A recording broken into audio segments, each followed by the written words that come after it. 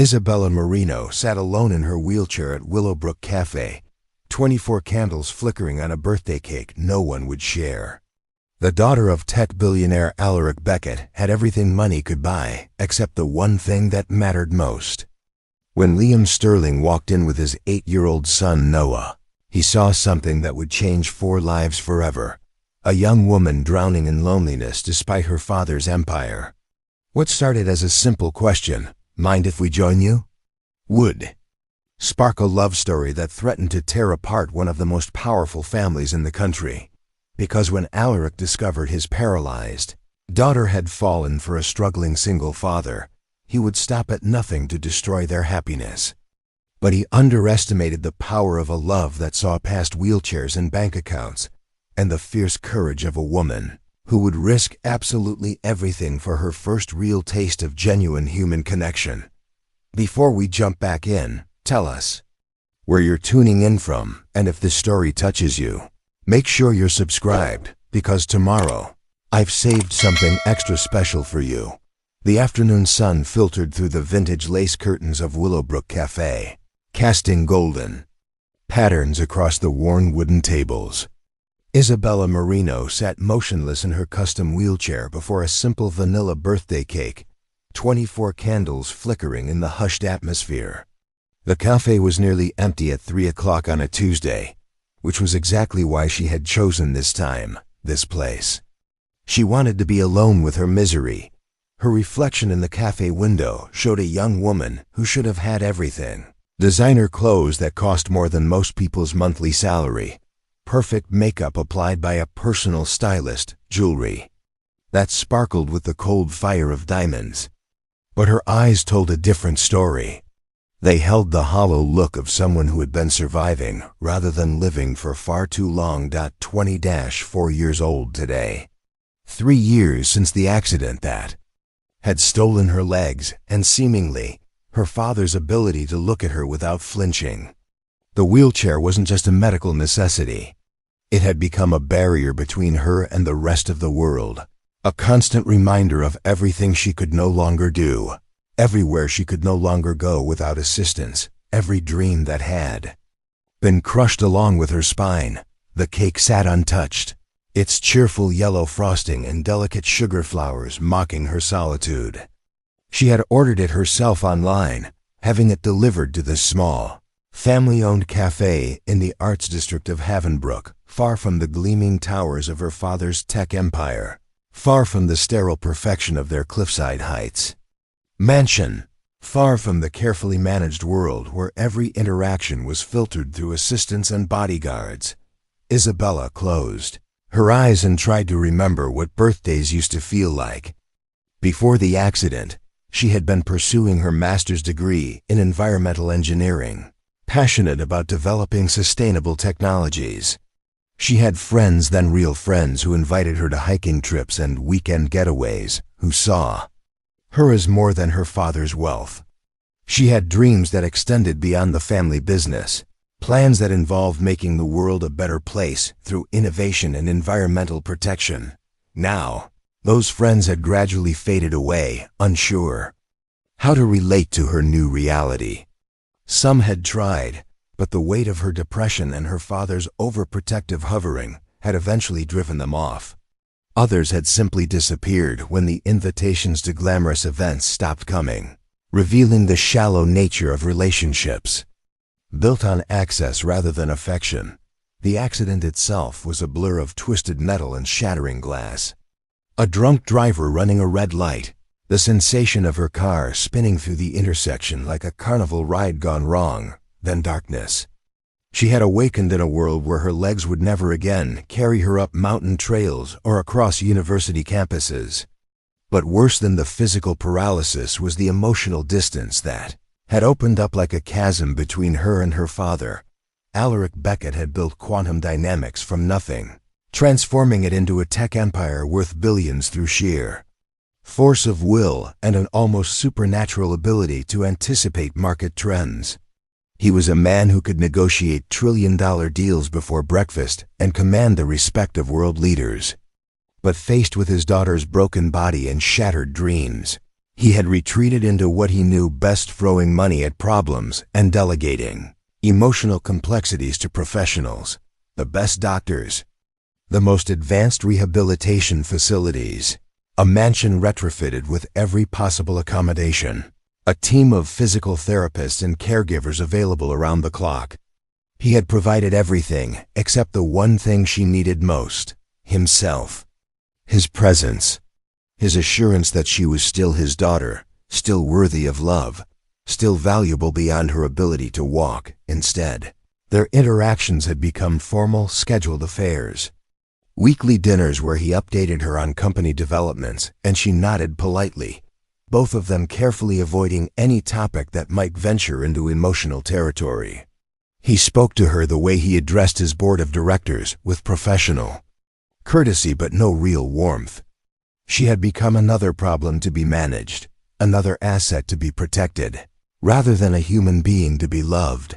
The worst part was the pity she saw in people's eyes, the careful way they spoke to her as if her paralysis had somehow affected her intelligence as well. Even the household staff, kind as they were, treated her like a fragile piece of art that might shatter if handled too roughly.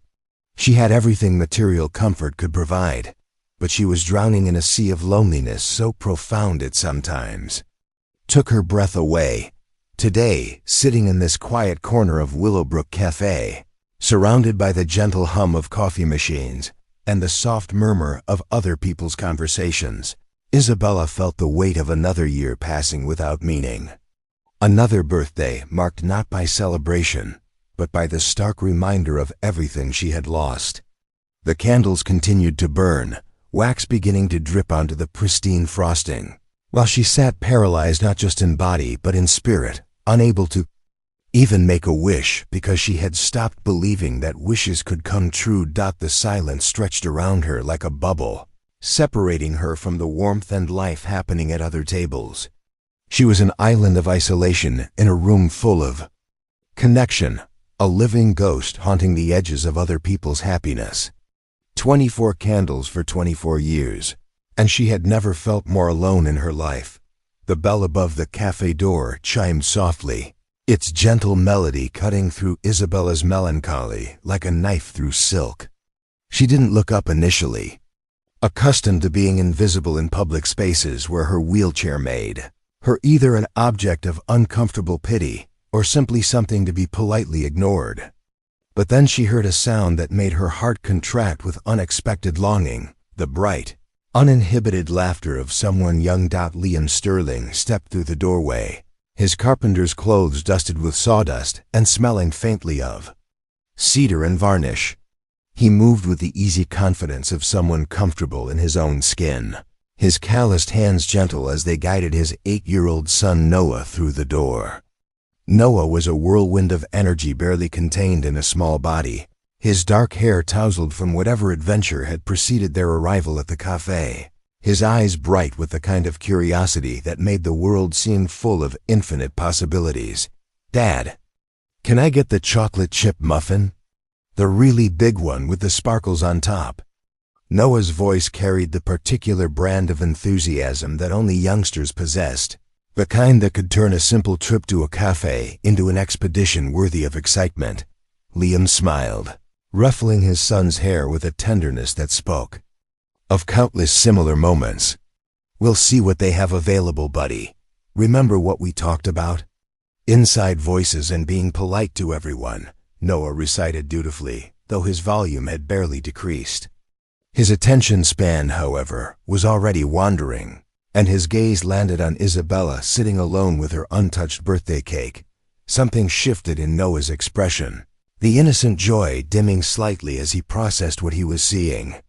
He had been raised by a father who had taught him to notice people who looked sad or lonely, to recognize when someone might need a friend. His mother's absence had made him particularly sensitive to isolation, and his young heart immediately recognized a kindred spirit. "Dad," Noah whispered, tugging on Liam's flannel shirt with the urgency of someone who had just discovered something important. "Look at that lady over there. She's all by herself on her birthday. Liam followed his son's gaze and felt something tighten in his chest. The young woman sat in perfect stillness, surrounded by the trappings of celebration, but radiating a loneliness so profound it was almost tangible. Her wheelchair was clearly expensive, custom-made, and her clothes spoke of wealth beyond most people's imagination. But money, he had learned through his own struggles, was often the poorest cure for heartbreak. He recognized something in her posture, the careful way she held herself, as if taking up less space might make her pain less noticeable. It was the same way he had carried himself in the months after Sarah's death, when every breath felt like an act of defiance against a universe that had taken away the most important person in his world. She looks really sad, Dad. Like how you looked when you missed Mommy really bad. Noah's observation was delivered with the brutal honesty that only young people possessed, the kind of truth that cut straight to the heart of things without bothering with adult pretenses or social conventions. Liam knelt down to his son's level, meeting those earnest brown eyes that had inherited their mother's ability to see straight into people's souls. What do you think we should do, Noah? We should ask if we can sit with her. Nobody should have to eat birthday cake all alone. That's like the saddest thing ever. Noah's logic was unassailable in its simplicity, and Liam felt a surge of pride at his son's instinctive compassion. Preparing and narrating this story took us a lot of time. So if you are enjoying it, subscribe to our channel. It means a lot to us. Now back to the story. For a moment, Liam hesitated. He could see from Isabella's clothes and accessories that she came from a world far removed from his own. He was a working man with sawdust under his fingernails and paint stains on his shirt, the owner of a small woodworking business that provided a modest but honest living.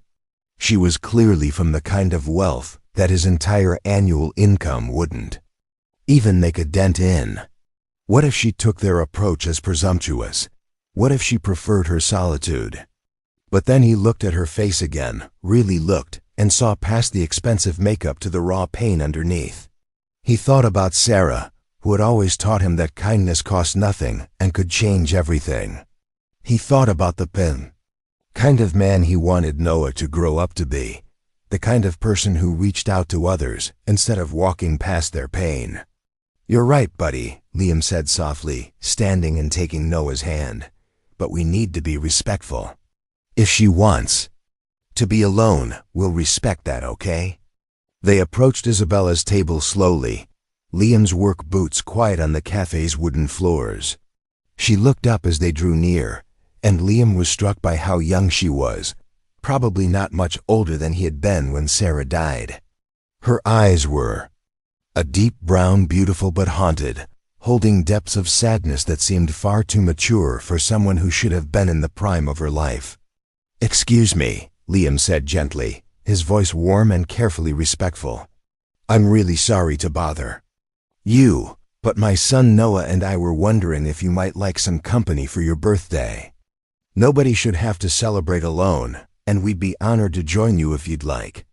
Isabella's eyes widened in surprise, darting between the man with kind eyes and the boy who was practically vibrating with friendly energy. When was the last time someone had approached her simply to offer friendship rather than because they were paid to be there or wanted something from her father? When was the last time someone had seen her as a person worth spending time with rather than a problem to be managed or an opportunity to be exploited? Noah stepped forward with the fearless confidence of someone who had never met a stranger, his small hand reaching into his pocket to pull out a slightly crumpled homemade birthday card covered in crayon drawings of balloons and smiling faces. "I made this for my mommy today because it's her birthday too, even though she's in heaven," Noah announced matter-of-factly, holding out the card to Isabella. "But I think she'd want you to have it because she always said birthdays should be shared with friends, and you look like you could use a friend." The innocence of the gesture, the matter-of-fact way Noah spoke about death and generosity in the same breath, pierced through every wall Isabella had built around her heart.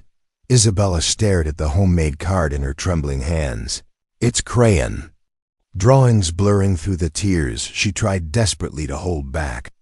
The simple kindness of these strangers had cracked something open inside her chest, unleashing 3 years of carefully suppressed emotion.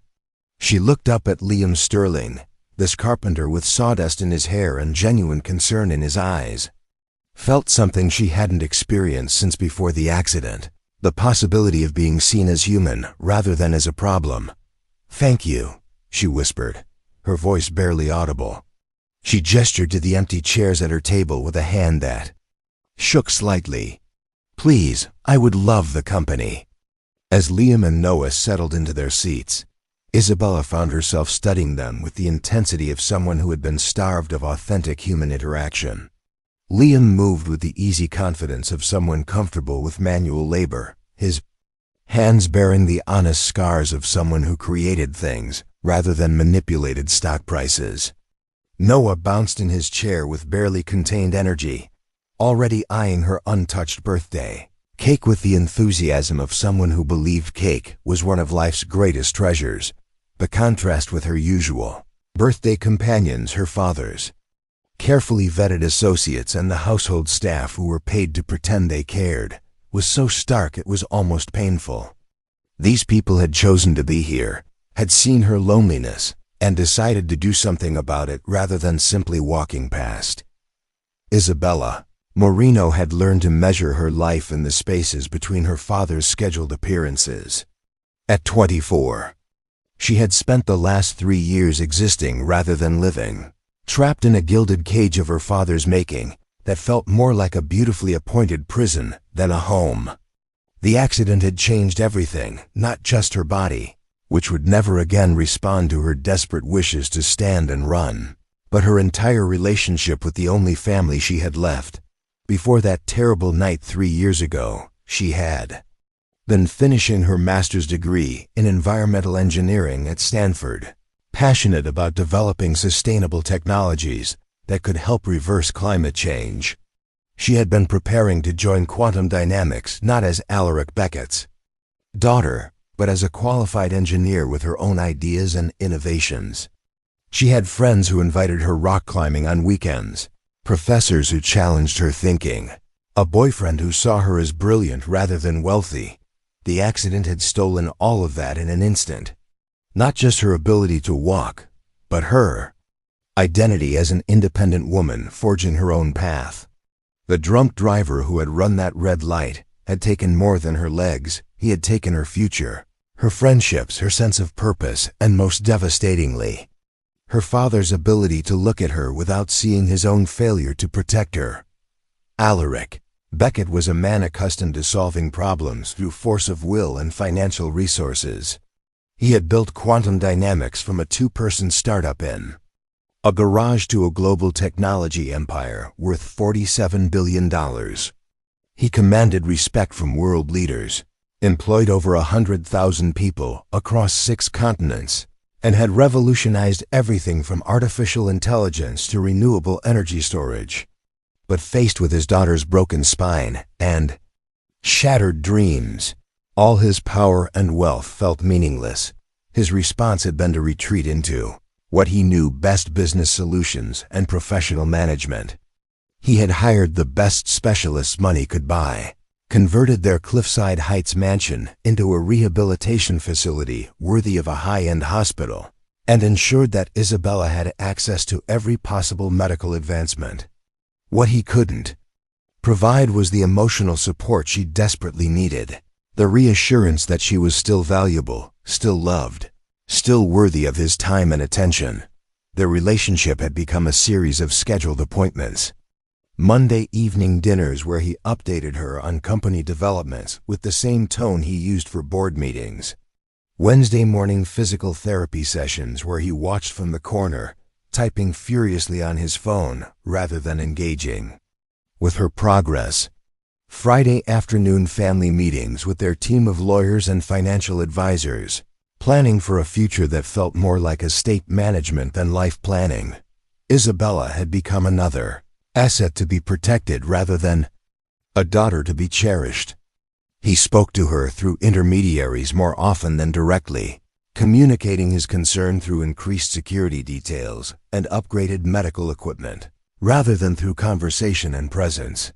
She knew he loved her, she could see it in the way his hands trembled when he thought she wasn't looking, in the dark circles under his eyes that spoke of sleepless nights spent worrying. But his love had become something clinical and distant, administered through bank transfers and staff briefings rather than hugs and shared meals. The loneliness had grown like a cancer, spreading through every aspect of her existence. Her old friends had gradually faded away, uncomfortable with her new reality and uncertain how to relate to someone whose entire world had shifted so dramatically. Some had tried to maintain contact, but the combination of her depression and her father's overprotective hovering had eventually driven them off. Others had revealed their true motivations when the invitations to exclusive events stopped coming, their friendship apparently contingent on her ability to provide access to her father's world. The household staff were kind, but professional, treating her with the careful courtesy reserved for employers rather than the easy familiarity of family. Her physical therapists and doctors were competent, but clinical, focused on her medical progress rather than her emotional well-being. Even her personal assistant, hired by her father to manage her schedule and social obligations, related to her more like a client than a person. Isabella had everything money could buy except the things that actually mattered: genuine connection, authentic relationships, a sense of purpose beyond simply existing as Alaric Beckett's damaged daughter. She had become a ghost haunting the edges of her own life, watching other people live while she merely survived. Day after day, in increasingly elaborate comfort that felt more suffocating than nurturing. The irony wasn't lost on her that she had more material wealth at her disposal than most people could imagine in their wildest dreams, yet she was emotionally bankrupt. She could buy anything she wanted, travel anywhere her wheelchair could take her, hire anyone to provide any service she might need. But she couldn't buy what she wanted most: to matter to someone, to be seen as more than her disability or her bank account, to be loved for who she was rather than managed for what she represented. Liam Sterling carried his grief differently than most people. At 31, he had learned that loss could either break you or teach you how to hold pain and joy in the same heart, how to honor the dead while still living fully for those who remained. He watched Isabella with the careful attention of someone who had spent years learning to read the subtle signs of deep sadness, and he recognized in her carefully controlled composure the same brittle strength he had cultivated in the months after Sarah's death. 5 years had passed since the car accident that had taken his wife, but Liam could still remember with perfect clarity the moment a police officer had knocked on his workshop door to deliver news that would shatter his world into pieces. Sarah had been driving home from her job at Maplewood Elementary, where she taught 3rd grade with the kind of passion that made even the most reluctant students fall in love with learning. A patch of black ice, a moment of lost control, and suddenly Liam was a widower at 26 with a 3-year-old son who kept asking when Mommy was coming home. The months that followed had been the darkest of his life. Well-meaning friends and family members had offered advice about moving on, about how young he was, about how Sarah would want him to be happy. But Liam had quickly learned that grief wasn't something you moved on from, it was something you learned to carry, like a stone in your pocket that grew smoother with time, but never disappeared entirely. What had saved him was Noah, his son's absolute need for stability, love, and consistency had forced Liam to keep functioning even when breathing felt like an act of rebellion against a universe that had stolen away the most important person in his world. Noah had inherited Sarah's bright eyes and gentle spirit, but he had also inherited his mother's ability to find beauty and connection, even in difficult circumstances. Liam had been a carpenter even before Sarah's death, working for a larger construction company and building furniture in his spare time. But losing her had changed his relationship with his craft. Each piece of wood became a meditation on permanence in a world where nothing truly lasted. Each joint and groove a small act of faith that some things could be built to endure. He had eventually started his own business, Sterling Woodworks, creating custom furniture and home renovations that emphasized craftsmanship and durability over mass production and profit margins. The workshop behind their small house had become a sanctuary where he and Noah spent countless hours together. Liam taught his son to sand and measure, to respect the grain of the wood and the sharpness of the tools. But more importantly, he taught Noah to see beauty in simple things, to value kindness over wealth, and to notice people who might be struggling or lonely. Your mom always said that the most important thing we can do is pay attention to each other, Liam would tell Noah as they worked side by side on projects. Not everyone is good at asking for help, so sometimes we have to be brave enough to offer it first. Sarah had been the kind of person who noticed when her students were having trouble at home, who kept granola bars in her desk for anyone who might be hungry, who volunteered at the animal shelter on weekends and always had time to listen to a neighbor's problems. She had taught Liam that true strength wasn't about building walls to protect yourself from pain, but about keeping your heart open, despite the risk of being hurt. Noah had absorbed these lessons with the serious intensity that youngsters brought to important matters. At 8 years old, he had already shown an extraordinary ability to sense when someone was sad or lonely, inheriting his mother's gift for emotional intuition. He collected stray cats and befriended the elderly neighbors, approaching the world with an openness that sometimes worried Liam, but more often filled him with pride. Their life wasn't easy. Liam's income was modest and inconsistent, dependent on commissions and word-of-mouth referrals that could disappear during economic downturns. They lived in a small house in Brookhaven, a working-class neighborhood where people looked out for each other, but money was always tight. Noah wore second-hand clothes and played with toys from thrift stores, but he had never complained about not having the latest gadgets or designer sneakers. Instead, their wealth was measured in different currencies. Long conversations over pancakes on Sunday mornings, building projects that turned into engineering lessons and problem-solving adventures. Evening walks around their neighborhood where Noah would wave to every person they passed and Liam would point out different types of trees and flowers. Camping trips where they slept under stars and told stories about Sarah, keeping her memory alive through shared remembrance and love. Liam had dated occasionally over the past 5 years, but nothing had developed into anything serious, not because he wasn't ready to love again, but because he had learned to distinguish between genuine connection and simple convenience. He wanted Noah to see what real partnership looked like, what it meant to choose someone for who they were rather than settling for someone who was simply available. The few women he had spent time with had struggled with his devotion to Noah, his refusal to compromise on parenting time or priorities. Some had seemed more interested in his potential for financial stability than in his actual character. Others had wanted him to put away the photos of Sarah, to pretend that his past hadn't shaped him into the man he was today. But Liam had learned that authentic love didn't require you to diminish one relationship to make room for another. Sarah would always be Noah's mother, would always be the woman who had taught Liam what it meant to be truly loved and accepted. Any woman who wanted to be part of their lives would need to understand that honoring the past wasn't the same as being trapped by it. Looking at Isabella now, sitting with Noah's homemade card clutched in her hands like a lifeline, Liam recognized something familiar in her expression. The careful control that came from learning to manage pain in public. The way she held herself slightly apart, as if expecting rejection or disappointment. The hunger for connection that she was trying to hide behind polite social conventions. Had seen the same look in his own mirror during those terrible months after Sarah's death, when every interaction felt like an acting performance and every smile was something he had to construct rather than something that came naturally.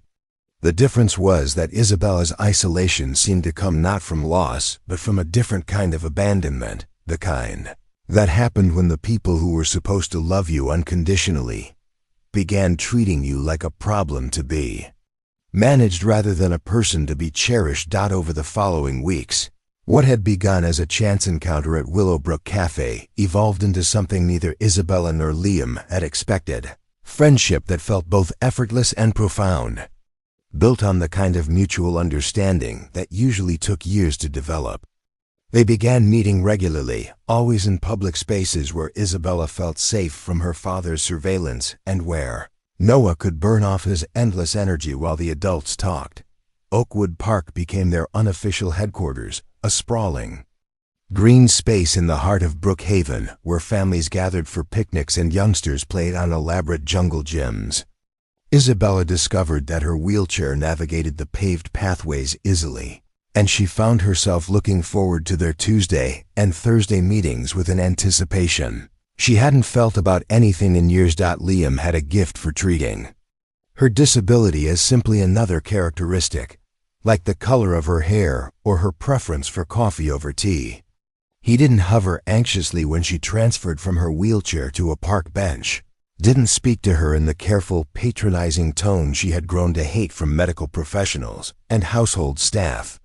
Instead, he talked to her about books and politics, asked her opinion on current events, and engaged with her mind rather than managing her limitations.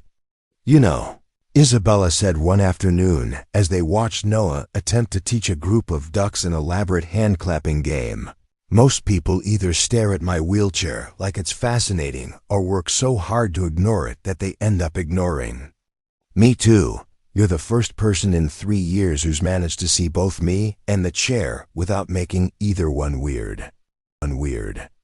Liam smiled, his attention split between Isabella and making sure Noah didn't fall into the duck pond in his enthusiasm. "My neighbor growing up was a veteran who'd lost his leg in Vietnam. Mr. Rodriguez. He taught me that equipment is just equipment. What matters is the person using it. Noah and I have learned a lot about adaptive sports from watching wheelchair basketball tournaments. Those athletes are incredible." It was exactly the right response, acknowledging her reality without making it the center of every interaction. Showing genuine respect for the disability community without treating her like an inspirational poster. Isabella felt something tight in her chest begin to loosen, a tension she hadn't even realized she'd been carrying. Their conversations meandered through safe territories at first, Noah's adventures at school, Isabella's thoughts on sustainable technology, Liam's latest woodworking projects. But gradually, as trust developed, they began venturing into deeper waters. Liam spoke about Sarah, not with the raw anguish of fresh grief, but with the warm depth of love that had been polished, smoothed by years of remembrance. She was one of those people who made everyone around her feel important, Liam told Isabella during one of their park meetings, while Noah played on the swings nearby. Her students adored her because she had this way of seeing potential in every single person. She used to say that everyone is carrying something invisible, some struggle or dream or fear that shapes how they move through the world. Her job was to notice those invisible things and respond to them with kindness. Isabella found herself sharing things she hadn't told anyone, not even the expensive therapist her father had hired. She described the moment of her accident with clinical detachment at first, the drunk driver who had run the red light, the sensation of spinning through space, the strange disconnection between her mind and her body in the immediate aftermath. But gradually, she revealed the deeper wounds that had nothing to do with spinal cord injuries and everything to do with emotional abandonment. The worst part wasn't waking up paralyzed, she admitted during one particularly honest conversation. The worst part was waking up to my father's CEO face. You know, the expression completely professional, utterly in control, discussing my care with doctors like he was negotiating a merger. I needed my dad, and instead I got the man who runs board meetings. Noah had become their unofficial therapy facilitator, interrupting heavy moments with perfect timing and an 8-year-old's gift for asking exactly the right questions. He approached Isabella's wheelchair with the same curious interest he showed toward interesting bugs or complicated playground equipment, something worth understanding rather than something to be afraid of. "Can I push you sometimes?" he had asked during their second meeting, with the straightforward honesty that adults had trained themselves out of. "It looks like it might be fun, like a really slow roller coaster." Isabella had laughed actually. Laughed for the first time in months. "It's not quite as exciting as a roller coaster, but sure, you can push me on the flat parts. Just promise me you won't try to go down any hills." Noah had appointed himself as Isabella's personal tour guide to adventures she could participate in from her wheelchair. He showed her how to feed ducks without getting mobbed by aggressive waterfowl, taught her the rules of his complicated invented games that involved counting different colored cars in the parking lot, and shared his endless supply of knock-knock jokes with the serious dedication of someone performing important cultural work. But it was in the quiet moments between Noah's bursts of energy that Isabella and Liam developed their deeper connection. They discovered a shared love of mystery novels and spent entire afternoons debating the merits of different authors. Liam had strong opinions about sustainable building practices that aligned perfectly with Isabella's environmental engineering background, leading to passionate discussions about green technology and renewable energy systems. "You know," Liam said one afternoon as they watched Noah attempt to convince a particularly stubborn squirrel to accept his offerings of trail mix, "I keep expecting you to mention that your father owns half the companies we've been talking about reforming." Isabella felt her stomach clench. She had been dreading this moment when Liam would inevitably connect her to the Beckett empire and everything would change. People always changed when they learned about her father's wealth. They either became calculating and grasping or distant and intimidated. "You know who my father is," she said quietly, not quite making it a question. "Sterling Woodworks doesn't exactly move in billionaire circles. But yeah, I figured it out when Noah mentioned your last name. Moreno Beckett isn't exactly common." Liam's voice was gentle, free of the judgment or sudden interest she had learned to expect. "Does it matter?" Isabella looked at him carefully, searching for any sign that his entire demeanor had shifted, that he was suddenly seeing dollar signs instead of the person he had been getting to know. But his expression remained the same, warm, interested, present, still focused on her rather than on what she represented. "It matters to most people," she said carefully. "Well, I'm not most people," Liam replied with a smile that made something flutter in Isabella's chest. "I care about the person who makes Noah laugh and who knows more about solar panel efficiency than anyone has a right to. The rest is just background information."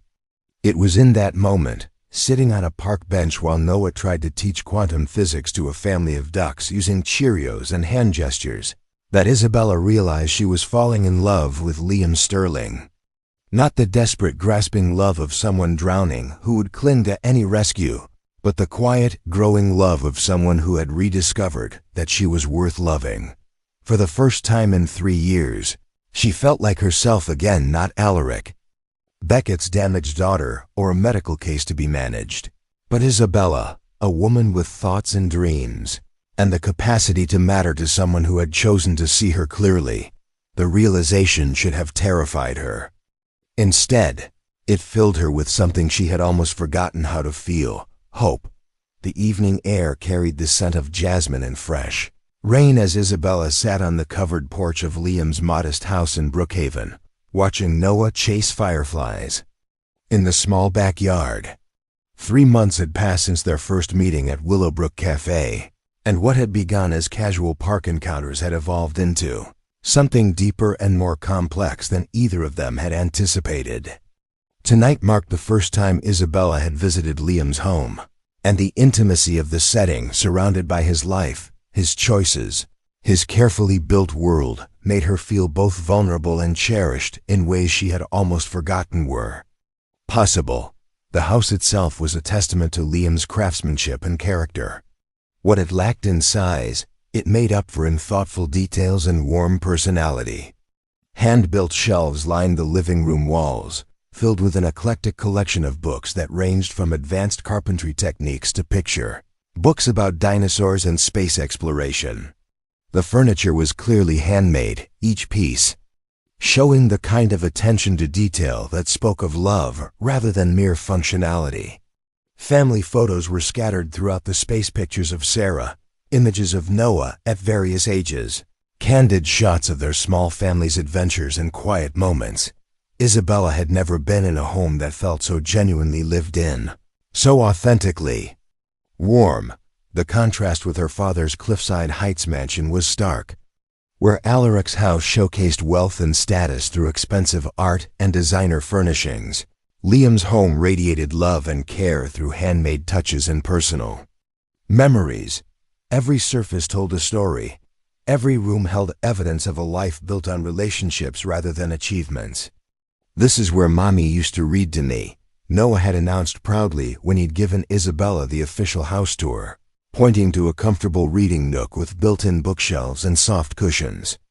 "Daddy built it special so we could have a cozy spot for stories. Sometimes I still sit here and pretend she's reading to me, especially when I miss her really bad." The matter-of-fact way Noah spoke about his mother's absence, the ease with which he navigated between missing her and celebrating the life they had built without her, had made Isabella's chest tight with emotion. This little boy understood something about resilience and love that had taken her years to even begin learning. Now, as evening settled around them and Noah's energy finally began to wind down, Isabella found herself alone with Liam on the porch. While Noah organized his collection of captured fireflies, which would be released before bedtime, according to the house rules about respecting living creatures. The string lights Liam had hung along the porch ceiling cast a warm glow over their conversation, creating an atmosphere of intimacy that made honesty feel both necessary and safe. "Can I ask you something that might be too personal?" Isabella sighed, her fingers nervously adjusting the soft throw blanket Liam had draped over her legs when the evening air had grown cool. Liam smiled, settling deeper into his handmade wooden chair. "After 3 months of park bench confessions, I think we're past the point of worrying about personal boundaries. Ask away. Ask away. Do you ever worry that you're somehow betraying Sarah's memory by caring about someone new?" The question had been haunting Isabella for weeks, as her feelings for Liam deepened, and she began to imagine possibilities she had thought were forever closed to her. "I know we haven't talked about what this is becoming between us, but I can see the way you look at me sometimes, and I want you to know that I would never want to compete with her memory or ask you to love me the way you loved her." Liam was quiet for a long moment, his gaze moving from Isabella to Noah, who was now carefully releasing fireflies one by one, making elaborate wishes as each glowing insect disappeared into the darkness. When he finally spoke, his voice carried the weight of someone who had wrestled with difficult truths and emerged with clarity. "Sarah and I talked about this, actually, in those last weeks when we knew the pregnancy complications were serious," he said softly. "She made me promise that if something happened to her, I wouldn't spend the rest of my life trying to recreate what we had. She said that would be an insult to both her memory and to whoever might come into our lives later. She wanted Noah to see what healthy love looked like, even if it looked different from what we'd shared." Isabella felt tears burning behind her eyes at the generosity of spirit it must have taken for a dying woman to give her husband permission to love again, to think beyond her own fear and pain, to imagine a future where he might find happiness with someone else. "She was extraordinary," Isabella whispered. "She was," Liam agreed, his smile soft with remembrance. "But so are you, Isabella, and what I'm feeling for you. It's not less than what I felt for Sarah, but it's not the same either. You're not Sarah, and I'm not the same man I was when I was with her. We've both been changed by loss and pain and growth. What we have together is entirely our own. The permission in his words, the recognition that love could expand rather than replace made Isabella's heart raced with possibilities she'd been afraid to consider. For the first time since her accident, she allowed herself to imagine a future that included partnership, intimacy, the kind of deep connection she had thought was forever beyond her reach. "I need to tell you something," Isabella said, her voice barely above a whisper, "about the accident. About why my relationship with my father is so complicated. I've never told anyone the whole truth." Liam shifted his chair closer to hers, near enough that she could reach for his hand if she needed the anchor of physical connection, but not so close as to crowd her or pressure her into contact she wasn't ready for. It was a perfect example of his gift for reading her needs and responding with exactly the right balance of support and space. "The drunk driver who hit me," Isabella began, her voice steady despite the tremor in her hands. "He wasn't a stranger. He was James Morrison, the son of one of my father's business partners.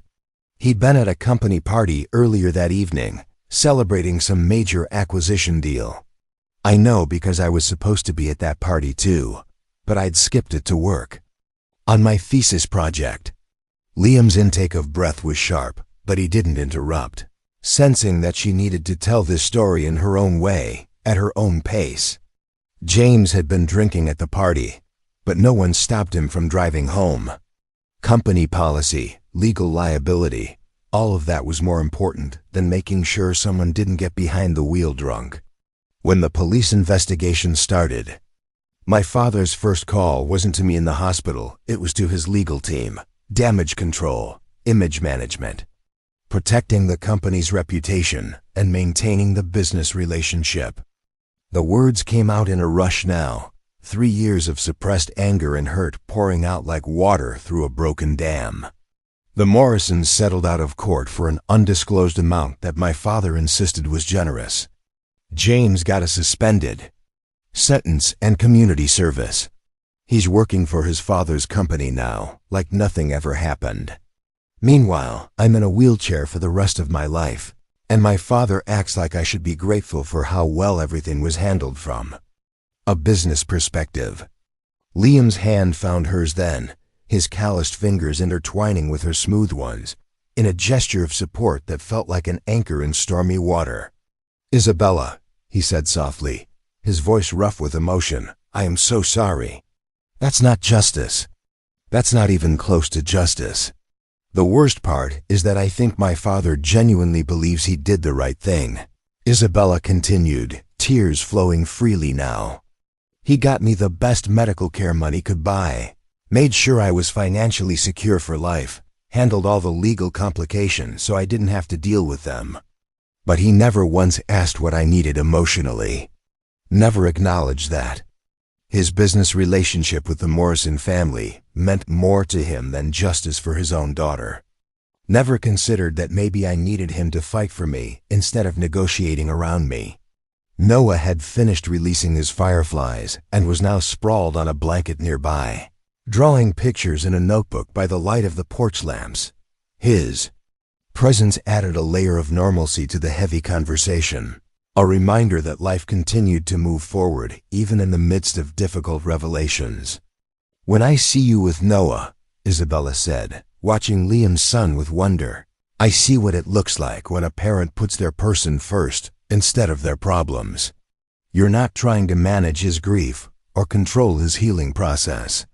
You're just present with him, available, loving him exactly as he is instead of trying to fix him into something more convenient."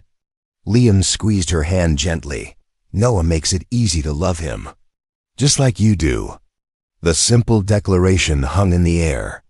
Between them, honest and unadorned, carrying the weight of truth that didn't need elaborate explanation or justification. Isabella felt something fundamental shift in her chest, a wall she had built around her heart finally crumbling completely. "I love you too," she whispered, the words both terrifying and liberating to speak aloud. "I love the way you see people. Clearly, without trying to change them or manage them. I love how you've taught Noah to notice loneliness and respond with kindness. I love that you build beautiful things with your hands and that you honor Sarah's memory by living fully instead of just surviving. I love that you make me feel human again." Liam leaned forward then, his free hand cupping her face with infinite gentleness, his thumb brushing away the tears on her cheek. "You are human, Isabella. You're brilliant and strong and compassionate, and perfect exactly as you are. Your father's inability to see that is his failure, not yours."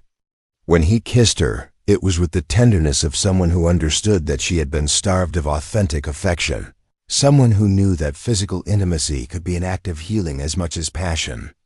Isabella felt years of loneliness and isolation melting away, replaced by the warm certainty that she was cherished, valued, seen completely, and loved unconditionally.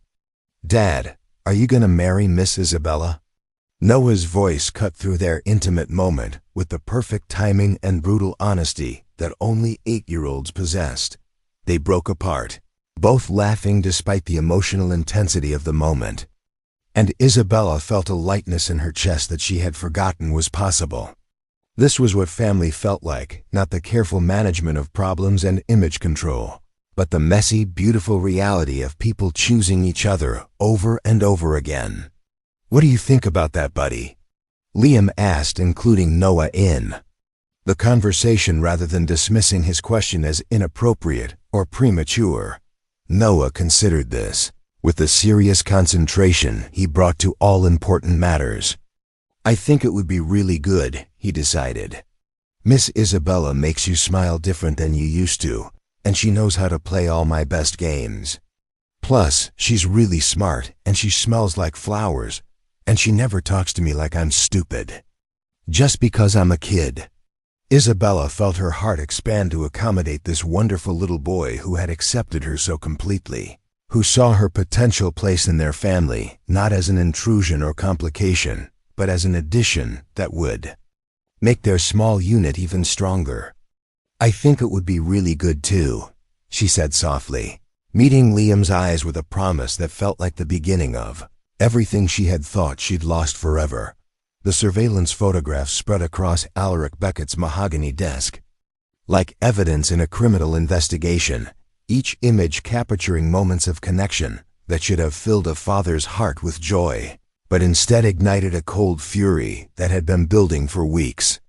There was Isabella laughing at something the carpenter's son had said, her face bright with genuine happiness for the first time in years. Another showed her and Sterling sitting close together on a park bench, their body language speaking of intimacy that extended far beyond casual friendship. The most damning, in Alaric's view, was the image of them kissing on Sterling's modest front porch, Isabella's hand resting on the man's chest in a gesture of trust and affection that made Alaric's stomach churn with protective rage. Marcus Webb, Alaric's head of security and the man responsible for monitoring Isabella's activities, stood at attention beside the desk, his expression carefully neutral despite the tension radiating from his employer. Webb had been with Quantum Dynamics for 15 years, long enough to recognize when his boss was operating from emotion rather than logic, and experienced enough to know that such moments were dangerous for everyone involved. "How long has this been going on?" Alaric's voice was controlled, each word measured and precise in the way that had intimidated countless business rivals and made grown executives sweat during board meetings. "Approximately 4 months, sir," Webb replied, consulting his tablet for exact dates and details.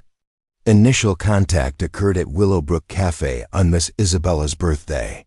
Regular meetings began shortly after, primarily at Oakwood Park in Brookhaven. The frequency of contact has increased significantly over the past 6 weeks, including visits to Mr. Sterling's residence. Alaric studied the photographs again, his jaw clenched with the kind of controlled anger that had once inspired a rival CEO to describe him as a glacier with a temper slow to heat but capable of crushing everything in its path once it starts moving. His daughter looked happy in these images, genuinely happy in a way he hadn't seen since before the accident. But all he could see was vulnerability being exploited, innocence being manipulated by someone who understood exactly how much the Beckett name was worth. "What do we know about this Sterling person?" Alaric asked, though Webb's preliminary report had already been thorough enough to provide most of the relevant details. Liam Sterling, age 31, owner of Sterling Woodworks, a small custom furniture and home renovation business operating out of Brookhaven, Webb recited from his files. Widowed 5 years ago, raising his 8-year-old son, Noah, as a single parent. Annual income approximately $65,000, though it varies significantly based on seasonal demand and contract availability. No criminal record, no outstanding debts beyond a modest mortgage. By all accounts, he's well regarded in his community and among his clients. And his connection to Isabella began how exactly? Webb shifted slightly, recognizing that the truth wouldn't be what his employer wanted to hear. According to our investigation, it appears to have been entirely coincidental. Mr. Sterling and his son were at the cafe for their own purposes when they encountered Miss Isabella. Security footage from that day shows them approaching her table and joining her celebration. Alaric's laugh was harsh and without humor. Coincidental? How convenient. A struggling single father just happens to stumble across one of the wealthiest young women in the country sitting alone on her birthday. And he decides to play Good Samaritan. Webb, I didn't build a $47 billion company by believing in coincidences. Sir, with respect, our investigation has found no evidence of premeditation or prior knowledge. Mr. Sterling appears to have approached Miss Isabella simply because his son noticed she was alone. The security footage supports this interpretation, as does the timeline of their subsequent relationship development. But Alaric was already dismissing evidence that didn't fit his predetermined narrative. In his world, every relationship was transactional. Every kindness had an ulterior motive, and every person who approached his family was ultimately after access to power and wealth. The idea that someone might genuinely care about Isabella for her own sake rather than her bank account was so foreign to his experience that he couldn't process it as a possibility. "A carpenter," Alaric said, the word dripping with disdain. "A man who works with his hands for $60,000 a year thinks he can court a Beckett. The audacity is almost impressive." Webb remained silent, having learned over the years that contradicting his employer during these moments of righteous indignation was both futile and career-limiting. He had conducted the investigation thoroughly and professionally, and his findings painted Sterling as exactly what he appeared to be: a decent man who had shown kindness to a lonely young woman and had developed genuine feelings for her over time. But Webb also understood that Alaric Beckett was a man accustomed to seeing enemies in every shadow and threats in every unexpected development. "What's his angle?" Alaric continued, pacing behind his desk with the restless energy of a predator. "Planning an attack. Is he after a settlement? A marriage that would set him up for life? Access to company secrets through pillow talk? There has to be something. Men like him don't approach women like Isabella without calculating the potential payoff." The irony was lost on Alaric that his own inability to see past his daughter's wealth and status was precisely what had driven her into the arms of someone who valued her for entirely different reasons. His protective instincts, warped by years of corporate warfare and high-stakes negotiations, had transformed into paranoid suspicion that saw predators where others might see potential family. "Sir," Webb said carefully, "our psychological profile of Mr. Sterling suggests that his interest in Miss Isabella is likely genuine. His behavior patterns, his relationship history, his interactions with his own son, everything points to someone who values personal connection over financial gain. He's never shown any interest in exploiting his relationships for material benefit, and his lifestyle suggests someone who's content with modest means." Alaric waved away this analysis with the impatience of someone who had made up his mind before. requesting the investigation. Everyone has a price, Webb. Everyone. This man has discovered that his price might be higher than he ever imagined, and he's using my vulnerable daughter to access it. I won't allow it. The dismissal of Isabella's agency in her own romantic choices was automatic and absolute. In Alaric's mind, his daughter was incapable of making sound decisions about relationships, not because of any intellectual deficit, but because her disability had somehow rendered her judgment suspect. The fact that she appeared happy and engaged for the first time in years didn't factor into his calculations. If anything, it made him more suspicious of Sterling's motives. "What are your recommendations, sir?" Webb asked, though he suspected he already knew the direction this conversation would take. "We end this, quickly and permanently," Alaric said, his voice carrying the finality of someone issuing orders that would be followed without question. "I want you to approach Sterling directly. Make it clear that his relationship with Isabella is unacceptable and needs to cease immediately. Offer him compensation for his time and trouble, something generous. Enough to be tempting but not so large as to suggest weakness on our part. And if he refuses the offer..." Alaric's smile was cold and calculating, the expression he wore when dealing with business rivals who had underestimated his willingness to play hardball. "Then we move to more persuasive measures. I want a complete financial analysis of his business, his mortgage, his custody arrangements. Sterling Woodworks operates on thin margins in a competitive market. It wouldn't take much pressure to create serious problems for him. And single fathers are always vulnerable to questions about their fitness as parents." Webb made notes on his tablet, though something in his gut rebelled against the direction this was heading. He had spent weeks investigating Sterling and had found a man who was, by all accounts, an excellent father and a decent human being. The idea of destroying his life simply because he had shown kindness to Isabella Marino felt wrong in ways that went beyond professional objection. "There's one more thing, sir," Webb said reluctantly. "Miss Isabella appears to be very attached to Mr. Sterling and his son. Our surveillance suggests that this relationship has provided her with a level of emotional stability and happiness that she hasn't experienced since her accident. Any action we take against Sterling could have serious psychological consequences for her." For a moment, something flickered across Alaric's face, a shadow of uncertainty, a recognition that his daughter's well-being might be more complex than he had considered. But the moment passed quickly, replaced by the hard certainty of someone who had spent decades making difficult decisions and living with their consequences. "Isabella's happiness is not dependent on this man," Alaric said firmly. "She's confused, vulnerable, probably experiencing some form of Stockholm Syndrome related to his kindness during a difficult period.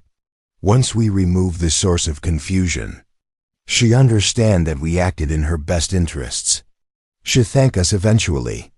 The paternalistic certainty in his voice was absolute, the confidence of someone who had never seriously questioned his right to make decisions for other people, even adult family members capable of making their own choices. In Alaric's worldview, Isabella's disability had rendered her perpetually childlike in matters of judgment and decision-making, despite her advanced degrees and obvious intelligence. "Schedule a meeting with Sterling for tomorrow afternoon," Alaric continued, returning to his desk and beginning to organize the surveillance photos into neat stacks. "Make it clear that this is not a negotiation or a discussion. This is a business transaction with a very simple choice: accept our offer and disappear from Isabella's life, or face the consequences of refusing to cooperate." "Should I inform Miss Isabella our intentions?" "Absolutely not. She doesn't need to be involved in the messy details of how problems get solved. Once Sterling is out of the picture, we'll help her understand why this was necessary. I'm protecting my daughter, Webb. That's what fathers do." As Webb left the office to arrange the meeting that would forever alter the trajectory of multiple lives, Alaric stood at his floor-to-ceiling windows overlooking the quantum dynamics campus, watching employees hurry between buildings in the late afternoon light. He felt the satisfaction of someone taking decisive action to protect his interests, the confidence of a man who had never met a problem that couldn't be solved through the appropriate application of money and pressure. What he didn't feel was any recognition that he was about to destroy the first genuine happiness his daughter had experienced in years, or that his protective instincts had become so warped by power and paranoia that he could no longer distinguish between actual threats and imagined ones. In trying to save Isabella from what he perceived as exploitation, he was preparing to subject her to the very real cruelty of having her choices overruled and her autonomy dismissed by the one person who should have been supporting her growth toward independence and joy. The meeting was set. The trap was being prepared, and Alaric Beckett felt certain that he was doing what any responsible father would do under the circumstances. It would be weeks before he began to understand the devastating cost of his certainty. The warehouse where Webb had arranged to meet Liam Sterling was a deliberate choice, designed to intimidate and establish dominance before the conversation even began. Located in the industrial district between Brookhaven and downtown Havenbrook, the cavernous space echoed with the sounds of their footsteps and voices, making every word feel weighted with significance. Webb had chosen to conduct this meeting away from Quantum Dynamics' offices and away from Sterling's workshop, on neutral ground that would nonetheless emphasize the vast difference in resources and power between the two men. Liam arrived precisely on time, his work clothes clean but clearly marking him as someone who earned his living with his hands rather than behind a desk. He had left Noah with Mrs. Patterson next door, telling his son only that he had an important business meeting that might take a while. Something about the formal tone of Webb's phone call had put Liam on edge, though he couldn't quite articulate why the request for a meeting had felt more like a summons. Webb was waiting in the center of the warehouse space, flanked by two other men in expensive suits, who radiated the kind of controlled menace that came with professional security training. On a folding table between them was a manila envelope and a tablet computer, props in what was clearly a carefully orchestrated performance designed to demonstrate power and control. "Mr. Sterling," Webb said as Liam approached, his tone professionally cordial but devoid of warmth. "Thank you for coming. I'm Marcus Webb, head of security for Quantum Dynamics. I believe you know why we're here." Liam stopped several feet away from the table, his carpenter's instincts recognizing the setup for what it was, a trap disguised as a conversation. "Actually, I don't. Your call mentioned wanting to discuss a matter of mutual interest, but you weren't very specific about details." Webb gestured to the envelope on the table. "The matter of mutual interest is your relationship with Isabella Marino Beckett. Mr. Beckett has become aware of your friendship with his daughter, and he's asked me to address the situation directly." The way Webb said friendship made it clear that he was aware the relationship had progressed far beyond casual acquaintance, and his tone suggested that this progression was both unwelcome and unacceptable to Isabella's father. Liam felt a chill run down his spine that had nothing to do with the warehouse's temperature. "I'm not sure what situation you think needs addressing," Liam said carefully, his voice steady despite the growing sense that this meeting was going to change everything in ways he wouldn't like. "Isabella and I are both adults who've chosen to spend time together. I wasn't aware that required anyone else's approval." Webb's smile was thin and professional, the expression of someone delivering bad news with practiced efficiency. "Mr. Beckett disagrees. He believes that his daughter's circumstances make her particularly vulnerable to individuals who might not have her best interests at heart. He's concerned that you may be taking advantage of her emotional state and physical limitations for personal gain." The accusation hit Liam like a physical blow, both for its cruelty and for its complete misunderstanding of everything he felt for Isabella. The idea that anyone could look at their relationship and see exploitation rather than genuine care was so offensive that for a moment He couldn't find words to respond. "That's not what this is," Liam said finally, his voice tight with controlled anger. "I care about Isabella. She's amazing. What we have together has nothing to do with her father's money or her disability. It's about who she is as a person." "I'm sure you believe that," Webb replied, his tone suggesting exactly the opposite. "But Mr. Beckett has significant experience with people who develop sudden interest in his family members. The pattern is always the same: initial kindness and understanding, followed by deepening emotional attachment, culminating in requests for financial assistance or marriage proposals that would provide permanent access to the Beckett fortune." Webb opened the envelope and withdrew a thick sheaf of papers, placing them on the table where Liam could see the official letterhead and dense legal text. "This is a non-disclosure agreement paired with a generous compensation package. In exchange for immediately ceasing all contact with Isabella and agreeing never to approach her or her family again, you'll receive $500,000 and a guarantee that Quantum Dynamics will provide Sterling Woodworks with enough contracts over the next 5 years to significantly expand your business." The number was staggering, more money than Liam had ever imagined having at one time, enough to secure Noah's future education and provide financial stability for decades.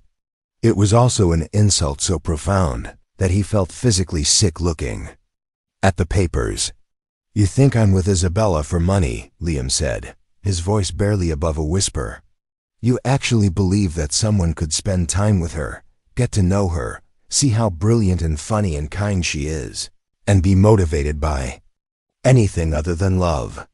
I think you're a single father with limited income and uncertain prospects who happened to encounter one of the wealthiest young women in the country during a vulnerable moment," Webb replied bluntly. "I think you're intelligent enough to recognize an opportunity when you see one and caring enough about your son's future to pursue it. There's no shame in that, Mr. Sterling. It's actually quite understandable. We're simply offering you a more direct path to the financial security. You're simply offering you security. You're simply offering you a more direct path to the financial security you're seeking." Liam stared at the papers, his mind racing through implications and possibilities. $500,000 would change everything for him and Noah. College tuition, a larger house, the ability to take on projects he was passionate about rather than just whatever paid the bills. It was enough money to transform their lives completely. It was also the price Alaric Beckett was willing to pay to purchase his daughter's isolation. "What if I refuse?" Liam asked, though he suspected he already knew the answer.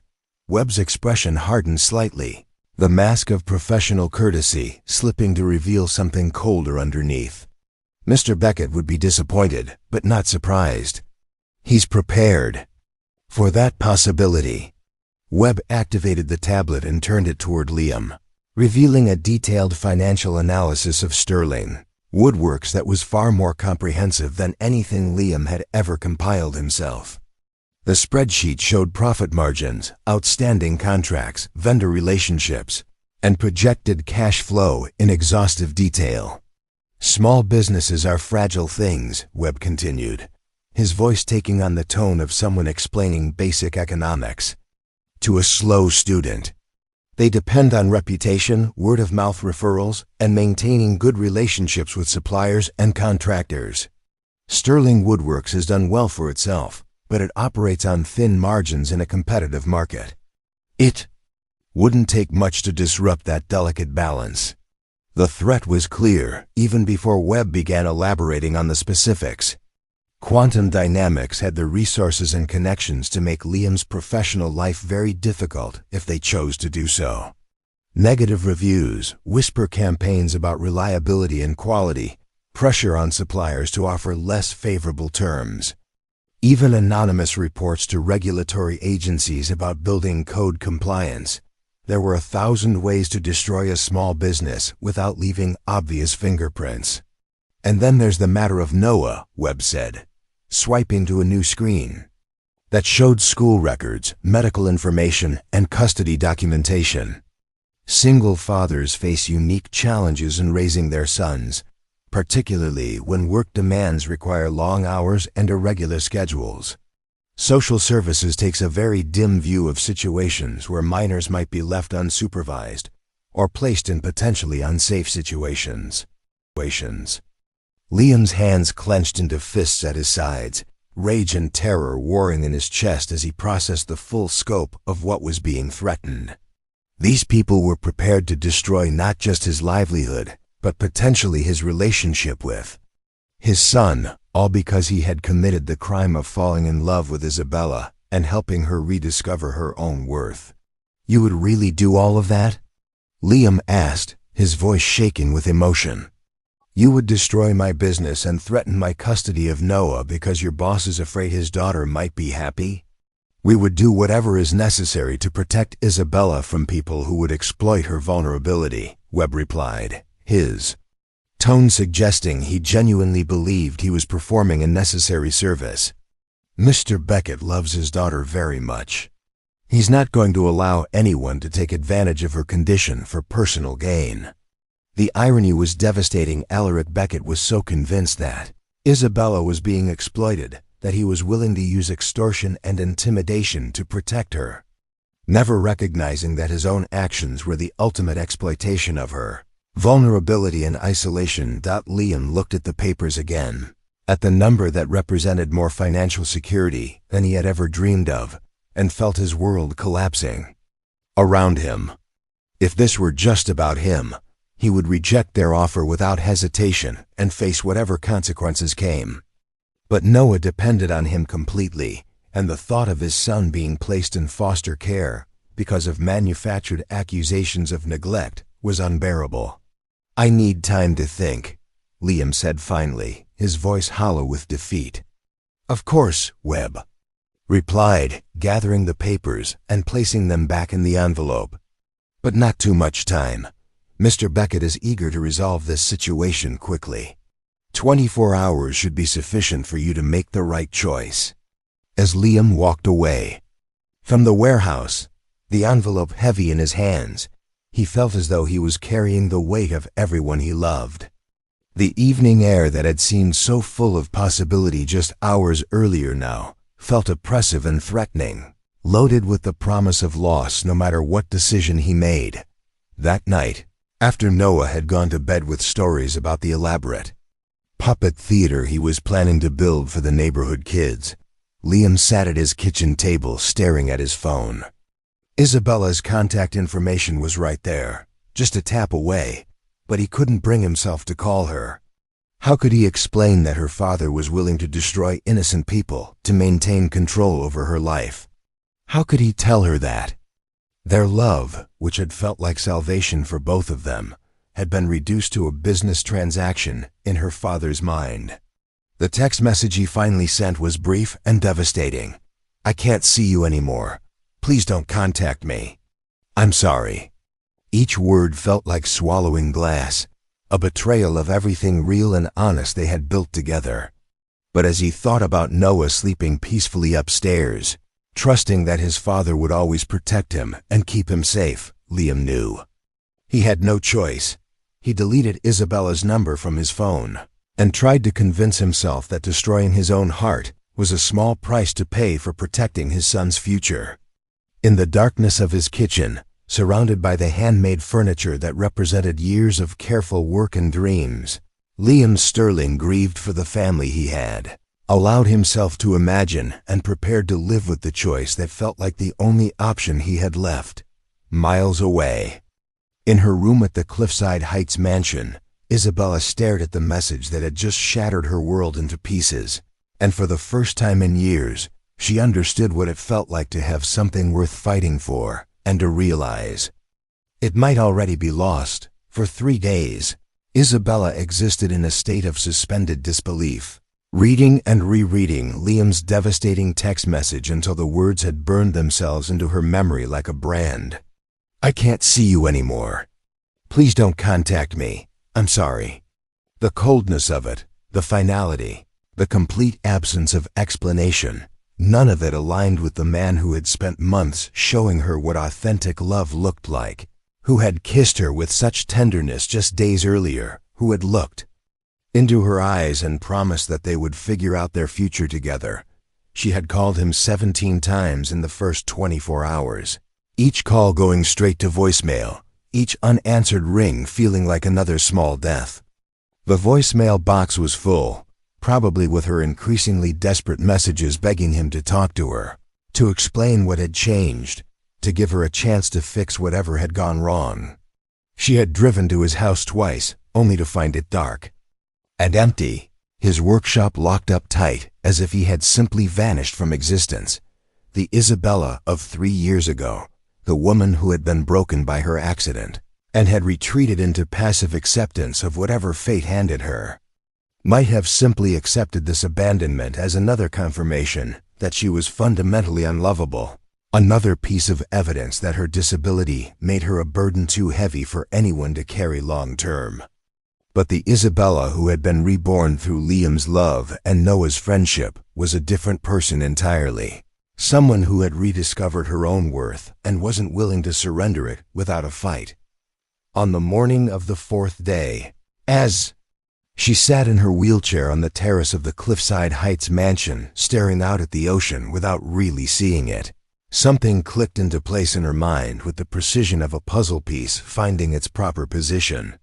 The timing of Liam's message, coming so soon after their declarations of love and discussions of a future together, was suspicious enough.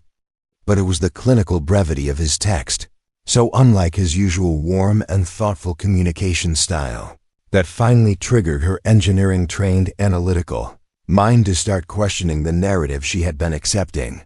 Liam Sterling was many things honest to a fault, emotionally available, constitutionally incapable of cruelty or manipulation. But he was not a coward, and he was not someone who would abandon someone he loved without explanation or conversation. The man who had spent months teaching her that she deserved honesty and respect would not suddenly decide to communicate through cold dismissal, which meant that something else was happening, something that had forced him into this choice. Isabella wheeled herself back into the mansion with more purpose and energy than she had felt in days, her mind already racing through possibilities and plans.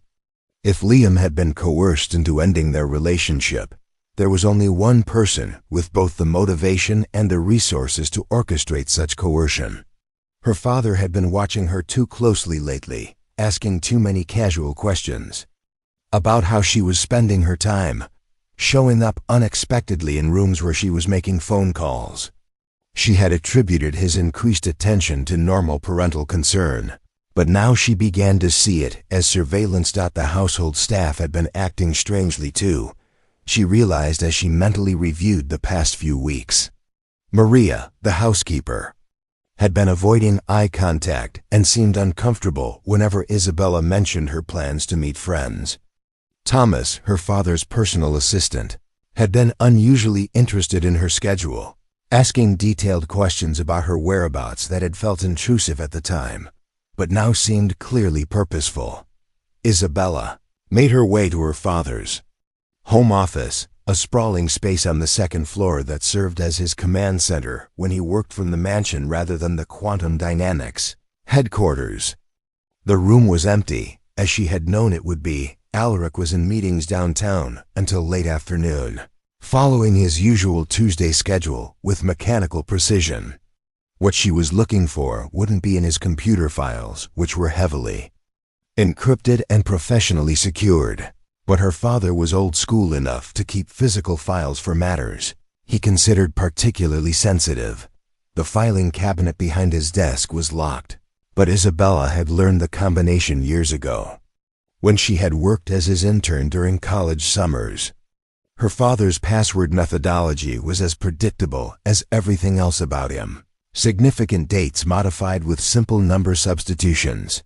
Her mother's birthday, April 5, 10th, 1972, became 04151972, and when she entered the digits into the cabinet's electronic lock, it opened with a soft click that felt like a small victory.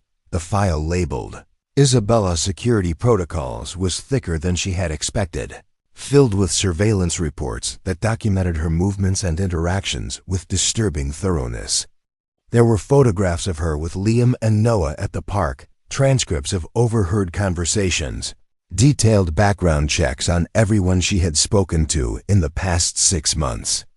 Reading through the clinical documentation of her private life felt like a violation, so profound that she had to stop several times to compose herself before continuing. But it was the final report, dated just 5 days earlier, that made her hands shake with rage. Webb's summary of his meeting with Liam was written in the cold, professional language of someone documenting a successful business negotiation. The threats to his business and custody of Noah were laid out in bullet points, as if destroying a good man's life was simply another item on a corporate to-do list. The amount of the bribe offer, $500,000, was noted with the same casual precision used for office supply expenditures. Isabella felt something break open in her chest as she read the final line of Webb's report. Subject accepted terms and agreed to immediately cease all contact with target. Situation resolved with minimal complications. Liam hadn't abandoned her because he had stopped caring or because loving her had become too difficult. He had been threatened, cornered, forced to choose between protecting his son and protecting their relationship. Her father had weaponized Liam's love for Noah against him, using the threat of taking away everything that mattered to force him into compliance. The betrayal was complete and devastating, but it was also clarifying in a way that cut through months of confusion and self-doubt. Isabella finally understood why her father had been so resistant to her recovery, so uncomfortable with her increasing independence and happiness. It wasn't concern for her well-being that motivated his overprotection. It was fear of losing control, terror that she might build a life that didn't revolve around his guilt and his need to manage her as a problem rather than love her as a daughter. For the first time in 3 years, Isabella felt the full force of her own anger, clean and pure and righteous. Not the helpless rage of someone trapped by circumstances beyond their control, but the focused fury of someone who had been wronged and was prepared to fight back. She photographed every page of Webb's report with her phone, documenting the evidence of her father's interference and the specific threats that had been used to destroy her relationship. Then she began to plan. Isabella knew that confronting her father directly would be futile. He would simply deny everything, claim that his actions had been necessary for her protection, and implement even tighter security to prevent future complications. If she wanted to have any hope of rebuilding what had been destroyed, she needed to reach Liam first, to explain what had really happened, and to give him the choice that her father had stolen from both of them. But finding Liam wouldn't be simple. Webb's report indicated that Sterling Woodworks had closed temporarily, with all pending contracts postponed indefinitely. Liam and Noah had essentially disappeared, probably staying with friends or relatives while they figured out how to rebuild their lives around the threats that had been made. Isabella's usual channels of contact, his phone, his house, his workshop, had all been severed, leaving her to find more creative approaches. The solution came to her as she remembered Noah's endless chatter about his school and his friends. During their park meetings, Maplewood Elementary was where Noah attended 3rd grade, the same school where Sarah had taught before her death. It was also where Liam volunteered for carpentry projects and where Noah participated in after-school programs when his father's work schedule required extended hours. If they were still in the area, still trying to maintain some semblance of normalcy for Noah's sake, the school would be the most likely place to track them down. Isabella waited until evening, when the household staff had finished their duties, and retired to their quarters before implementing her escape plan. She had learned over the years that the mansion's security system was designed to keep intruders out rather than to keep residents in, and the staff had grown complacent about monitoring her movements within the property. Her wheelchair was equipped with a quiet electric motor that could navigate the mansion's hallways and the paved pathways of the estate without triggering motion sensors or alerting anyone to her departure. She had packed a small bag with essentials. Phone, the photographs of Webb's report, enough cash to handle immediate expenses, and the handmade card Noah had given her on that first day at Willowbrook Cafe. The card had become a talisman of sorts, a reminder that genuine kindness existed in the world and that love could transcend the barriers that wealth and power tried to construct. The drive to Brookhaven in her specially adapted car felt like the longest journey of her life, even though the actual distance was less than 30 miles. Every traffic light felt like an opportunity for her father's security team to catch up with her. Every turn felt like it might be taking her further away from any possibility of redemption. But as she pulled into the parking lot of Maplewood Elementary, she felt something she hadn't experienced in days. Hope. The school was officially closed for the evening, but Isabella could see lights on in the gymnasium and hear the sounds of what appeared to be a community meeting or event. She navigated her wheelchair to the main entrance, where a hand-lettered sign announced Emergency Community Support Meeting, all welcome. Her heart began to race as she realized that this might be exactly the opportunity she needed. Inside the gymnasium, she found approximately 50 people gathered in folding chairs arranged in rough circles, their faces showing the particular combination of stress and determination that came with communities facing crisis together.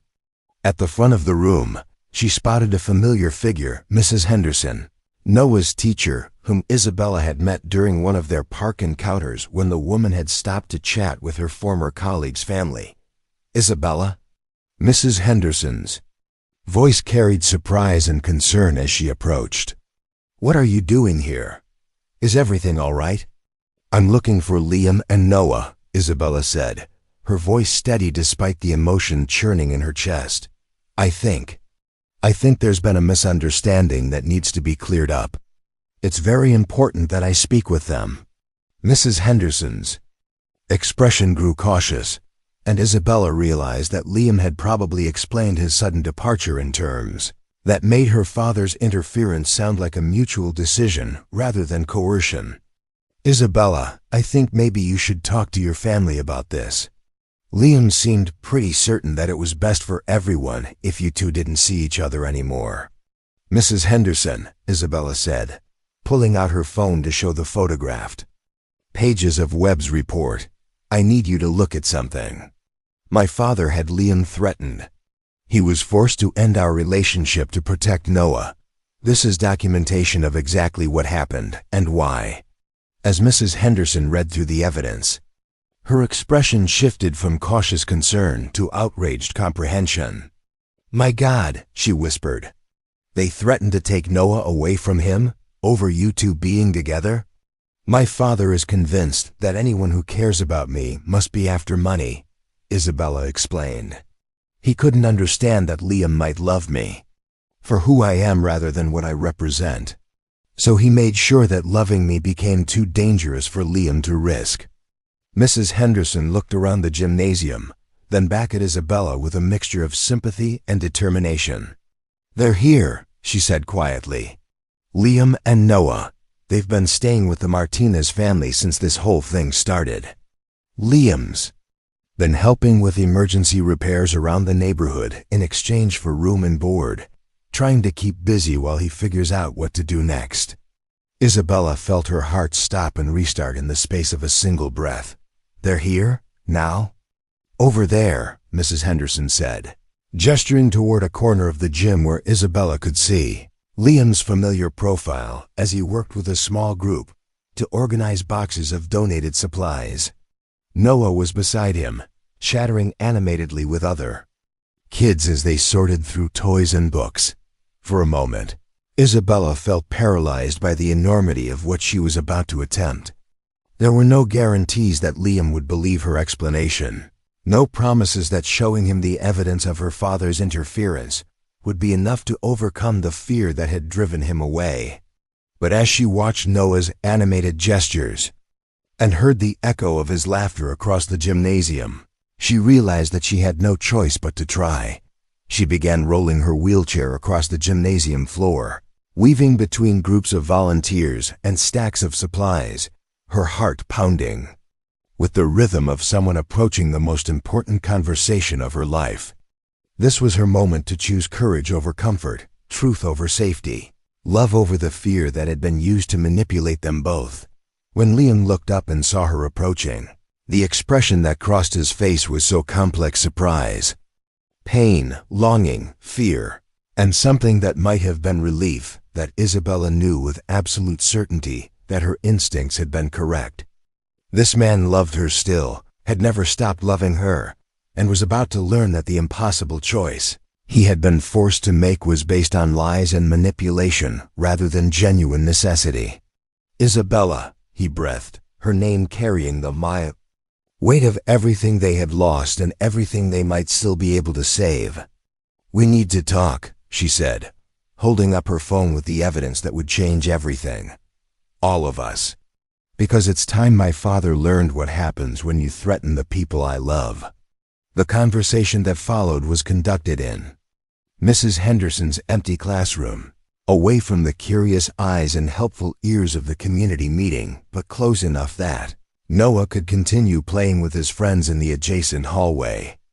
Isabella spread the printed pages of Webb's surveillance report across the small student desks, watching Liam's face as he read through the documentation of exactly how his life had been systematically threatened and dismantled. $500,000, Liam said quietly, his voice hollow with a mixture of disbelief and recognition. "They really thought that was what it would take to buy me off. My father sees everything as a transaction," Isabella replied, her own voice thick with emotion as she watched the man she loved process the full scope of what had been done to him. "He can't conceive of relationships that aren't based on mutual benefit or power dynamics. The idea that someone might love me for who I am rather than what I can provide is literally incomprehensible to him." Liam looked up from the papers, and Isabella saw something shifting in his expression. The careful walls he had constructed over the past week were beginning to crumble, replaced by the warmth and openness she had fallen in love with. "Isabella, I am so sorry. I should have trusted what we had enough to talk to you before I made any decisions. But when they threatened Noah, you protected your son," Isabella said firmly, reaching across the small space between their chairs to take his hand. "You did exactly what any good father would do when faced with those kinds of threats. But now we know the truth and we can make different choices." "What kind of choices?" Liam asked, though something in his tone suggested he was afraid to hope for possibilities that had seemed permanently closed just hours earlier. Before Isabella could answer, the classroom door burst open with a particular violence that announced the arrival of someone accustomed to having doors open for them rather than opening doors themselves. Alaric Beckett stood in the doorway, flanked by Webb and two other security personnel, his expensive suit and cold fury creating a stark contrast with the cheerful elementary school decorations surrounding them. "Isabella," her father's voice carried the controlled anger of someone who had spent the past hour tracking down his daughter through GPS signals and security footage, only to discover her in the last place he would have expected. "You will come with me immediately. This situation has gone on long enough." Isabella felt Liam tense beside her, his protective instincts warring with the knowledge that confronting Alaric Beckett directly would only make things worse for everyone involved. But Isabella had spent the drive to Brookhaven preparing for this moment, and she was ready for the confrontation that would determine the future of everyone she cared about. "No," she said simply, the word carrying more power than she had known. She possessed. "I won't go with you, and this situation is far from over. We need to talk, Dad, all of us. Right here, right now." Alaric's eyes moved from his daughter to Liam, taking in their joined hands and the scattered papers on the desk between them. "Mr. Sterling, I thought we had reached an understanding about your relationship with my daughter. The terms of our Agreement were very clear. The terms of your extortion were very clear, Isabella corrected, her voice sharp with anger that had been building for days. Did you really think I wouldn't figure it out? Did you honestly believe that I was stupid? Enough to accept that Leon would just abandon me without explanation? She stood from her wheelchair with the fluid motion she had perfected through years of physical therapy, using her arms to support herself against the desk as she faced her father at eye level. The gesture was symbolic as much as physical, a refusal to be diminished or looked down upon during what she knew would be the most important conversation of their relationship. I found your files, Dad. All of them. The surveillance reports, the background checks, Webb's documentation of exactly how you threatened an innocent man and his son to get them to stay away from me. Isabella's voice was steady, controlled. But underneath ran a current of pain so deep it made Alaric take an involuntary step backward. I was protecting you, Alaric said, his tone defensive but already carrying the first notes of uncertainty. You don't understand how dangerous it is to trust people when you have our resources. Sterling was obviously what? Isabella interrupted, her eyes blazing with 3 years of suppressed frustration and hurt. Caring. About me, treating me like a human being instead of a problem to be managed. Seeing me as valuable for who I am rather than what I represent. Webb stepped forward, clearly uncomfortable with the direction this confrontation was taking. Sir, perhaps we should continue this conversation in a more private setting. But Isabella was just getting started, and she had no intention of allowing this moment to be managed or controlled by her father's usual tactics. No, we're having this conversation right here, in front of everyone, because I'm done with private settings where my voice gets silenced and my choices get overruled. The classroom door opened again, more gently this time, and Noah Sterling peered around the frame with the curious expression of someone who had heard raised voices and wanted to make sure his father was safe. Behind him stood Mrs. Henderson, and several other community members who had clearly been drawn by the sound of conflict in their elementary school. Dad, Noah said uncertainly, his gaze moving between Liam and the imposing figure of Alaric Beckett. Is everything okay? Are these the bad men who made you sad? The innocence of the question, delivered with the straightforward honesty that only 8-year-olds possessed, hit the room like a physical blow. Alaric's attention shifted to this small boy who had been reduced to a threat assessment in Webb's reports, and for the first time, he was forced to see Noah as an actual person, rather than a tactical consideration. Noah, Mrs. Henderson said gently, moving to place a protective hand on the boy's shoulder. Maybe you should wait in the hallway while the adults talk. But Noah had already focused on Isabella with the bright recognition of someone seeing a beloved friend after an unexpected absence. Miss Isabella, you came back. Dad was really sad when you went away. He tried to pretend he wasn't, but I could tell because he stopped singing in the workshop, and he kept looking at his phone like he wanted to call someone but couldn't. The simple observation delivered with complete sincerity created a moment of such profound clarity that everyone in the room felt the shift. Here was the evidence of exactly what Alaric's protection had accomplished, not safety or happiness for his daughter, but pain and separation for everyone involved. Isabella knelt down to Noah's level, bringing herself eye to eye with this remarkable little boy who had been her first genuine friend in years. I didn't go away because I wanted to, Noah. Some grown-ups made a mistake and thought it would be better if your dad and I didn't see each other anymore, but now we're going to fix that mistake. Is that man your daddy? Noah asked, looking at Alaric with the fearless curiosity of someone too young to be intimidated by wealth or status. He looks really angry. Is he mad because you made friends with us?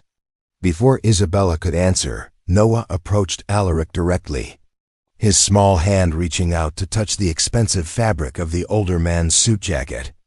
Mr. Isabella's dad, why don't you want your daughter to have friends? Having friends is the best thing in the whole world.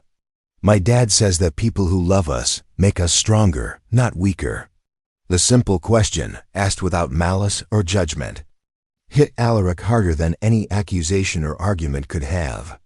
He looked down at this earnest little boy who had been described in Webb's reports as a tactical vulnerability, and saw instead a person who radiated the kind of genuine goodness that had been missing from his own life for far too long.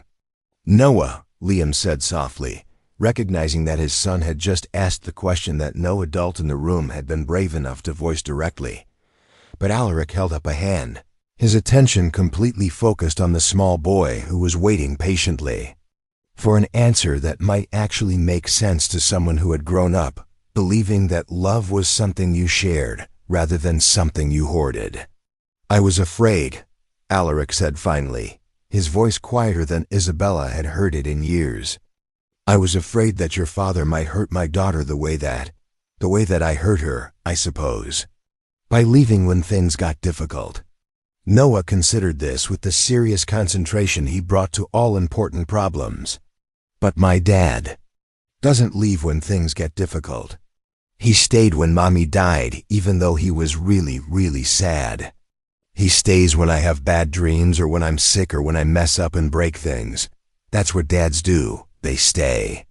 The observation was delivered without criticism or judgment, simply a statement of fact from someone whose understanding of fatherhood had been shaped by consistent presence and unconditional love. But the implicit contrast with Alaric's own parenting approach was devastating in its clarity.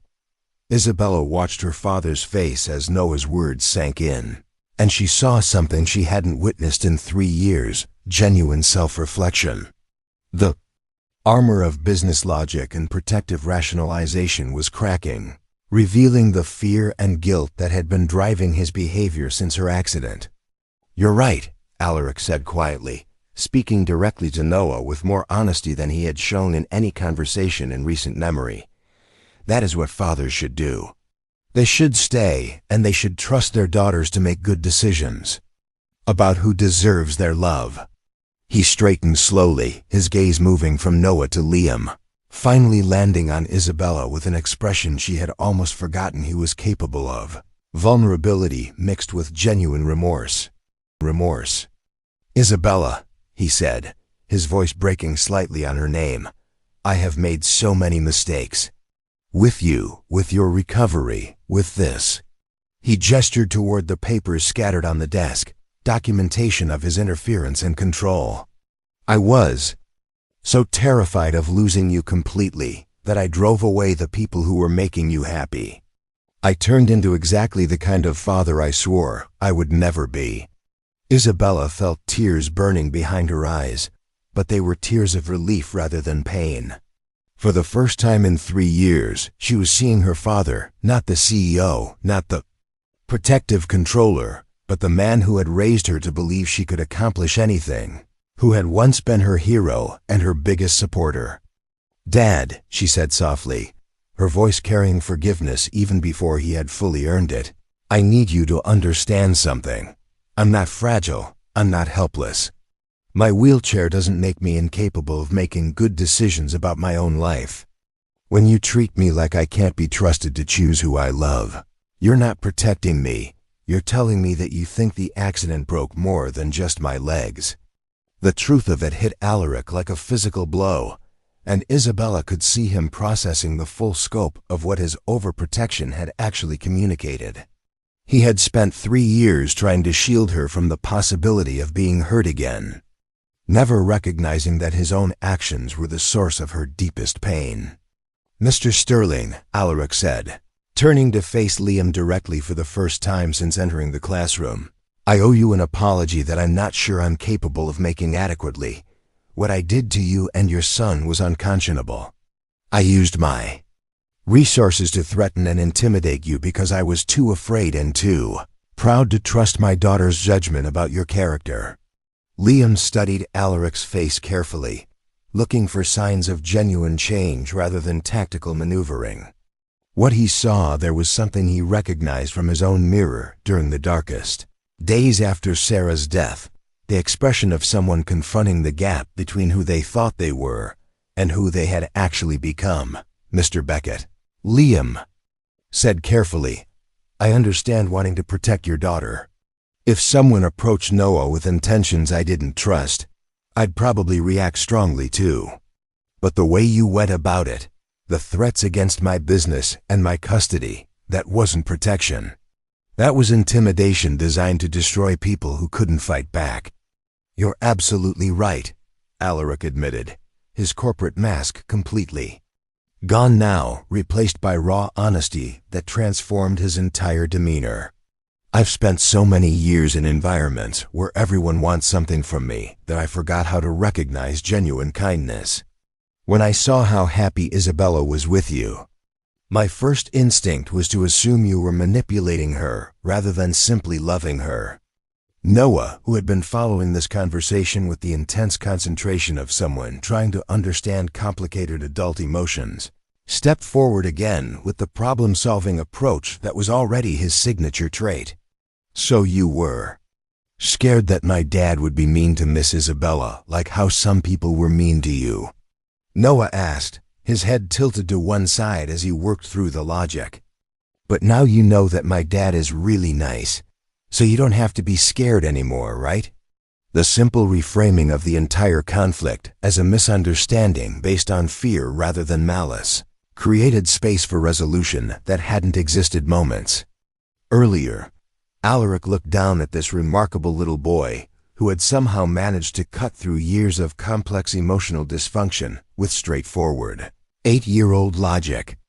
"Right," Alaric said, his voice soft with wonder at Noah's ability to find simple solutions to problems that adults had made unnecessarily complicated. "I don't have to be scared anymore." 1 year later, the morning sun streamed through the windows of the newly expanded Sterling Woodwork Studio, illuminating the custom wheelchair-accessible workbenches that Liam had designed specifically for Isabella's use. She sat carefully sanding a piece of maple that would become part of a dining room set they were creating together, her movements precise and confident as she worked alongside the man who had become not just her husband, but her true partner in every sense of the word. The workshop buzzed with purposeful activity as their small team of employees, all of them carefully selected for their craftsmanship skills and their commitment to creating furniture that was both beautiful and universally accessible, worked on various projects throughout the space. What had started as Liam's one-man operation had evolved into something much larger and more ambitious, thanks in part to Alaric Beckett's investment and business expertise, but more importantly due to the vision that Isabella and Liam shared for creating a company that valued inclusion as much as innovation. Mrs. Sterling called out Emma Rodriguez, their newest apprentice, and the daughter of Liam's old neighbor, who had first taught him to see past disabilities, to the people who used adaptive equipment. "The specifications for the quantum dynamics commission are ready for your review." Isabella smiled at the title she was still getting used to, even 6 months after their wedding at Willowbrook Cafe, the same location where their love story had begun, transformed for their special day into a celebration that perfectly blended elegance with accessibility. The guest list had been small but meaningful. The community members who had supported them through the crisis, Mrs. Henderson and several other teachers from Maplewood Elementary, and Alaric himself, who had walked his daughter down the aisle. With tears in his eyes and genuine joy in his heart, the Quantum Dynamics Commission was particularly meaningful because it represented Alaric's complete transformation from someone who saw Sterling Woodworks as a threat to someone who recognized it is exactly the kind of innovative company his corporation should be supporting. Isabella and Liam were designing custom furniture for Quantum Dynamics, new headquarters pieces that demonstrated how adaptive design could be seamlessly integrated into professional environments without sacrificing style or functionality. "The prototypes look perfect," Isabella said, reviewing Emma's work with the same attention to detail she had once brought to environmental engineering projects. "Mr. Beckett is going to be very pleased with how these turned out."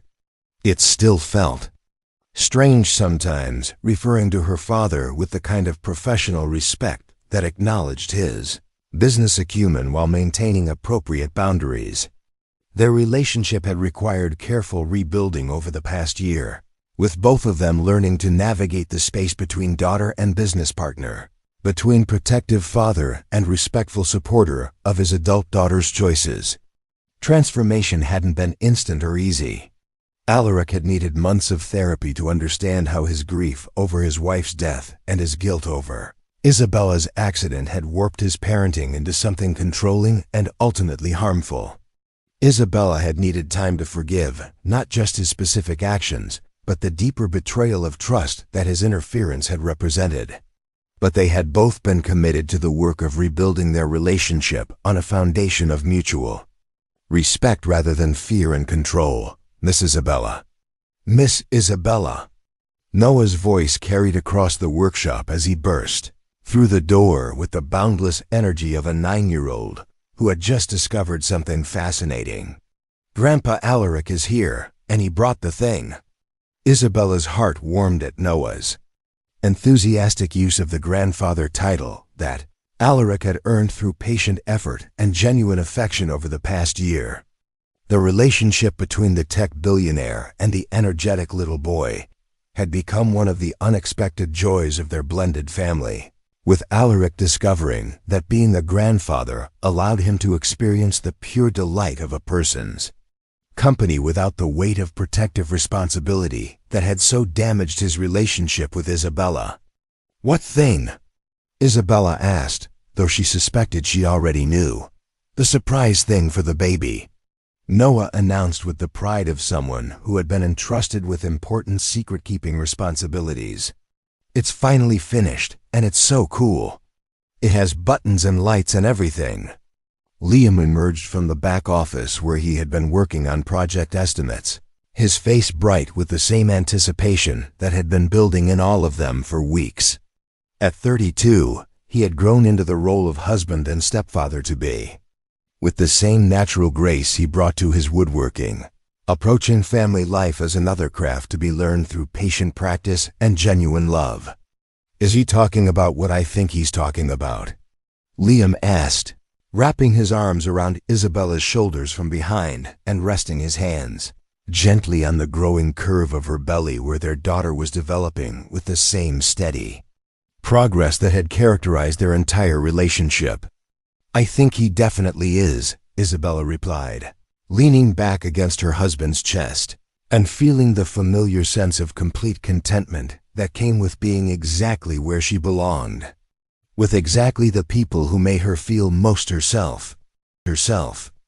Alaric appeared in the workshop doorway, carrying a large wooden object covered in a soft blue cloth, his face showing the particular combination of pride and nervousness that came with presenting a project he had worked on with his own hands rather than simply purchasing with his wealth.